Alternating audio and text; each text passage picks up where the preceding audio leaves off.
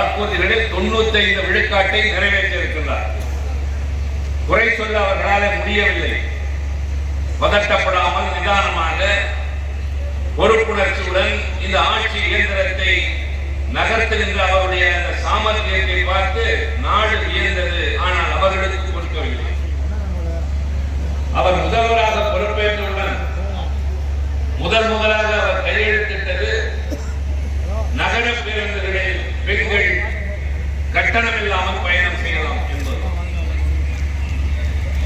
கொஞ்ச நேரம் இங்கே இருக்கிறவர்கள் எண்ணி பாருங்கள். சாதாரணமாக நகர பேருந்துகளில் பயணம் செய்கின்றவர்கள் வசதியானவர்கள், எல்லோரிடமும் வாகனங்கள் இருக்கின்றன. ஏழை எளிய மக்கள் அன்றாட காட்சிகள், சாலையோரத்தில் கூறு கட்டி காய்கறி வியாபாரம் செய்யக்கூடியவர்கள், பல்வேறு இடங்களிலே ஒரு வீட்டுக்கு வேலைக்கு செல்லக்கூடியவர்கள், மாதம் தாங்கள் சம்பாதிக்கிற 4000, 5000, 1000 ரூபாய் பேருந்துக்கே தந்து கொண்டிருந்த நிலையில் ஒரு குரல் ஒலித்தது. அம்மா, இனிமேல் நீங்கள் பயணம் செய்தால் உங்கள் பயணத்திற்கான கட்டணத்தை இந்த அண்ணன் மு.க. ஸ்டாலின் செலுத்துகிறேன் என்று சொல்லி முதல்வர் சொன்னார். அந்த வகையிலே தமிழ்நாட்டில் இன்றைக்கு ஒரு நாளைக்கு மட்டும் 72 லட்சம் மகளிர் நகர பேருந்துகளிலே பயணம் செய்கிறார்.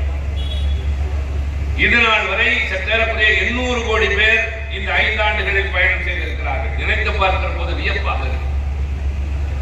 இது இலவச பயணம் அல்ல. உங்களுக்கான கட்டணத்தை தமிழ்நாடு அரசு செலுத்தியது.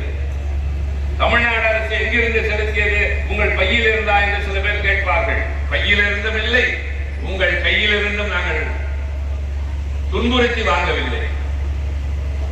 முதல்வர் ஸ்டாலினுடைய பல சாதனைகளில் ஒன்று என்ன தெரியுமா? ஒரு அரசாங்கம் நடக்க வேண்டும் என்றால் அதற்கு அடிப்படை தேவை வரி வருமானம்.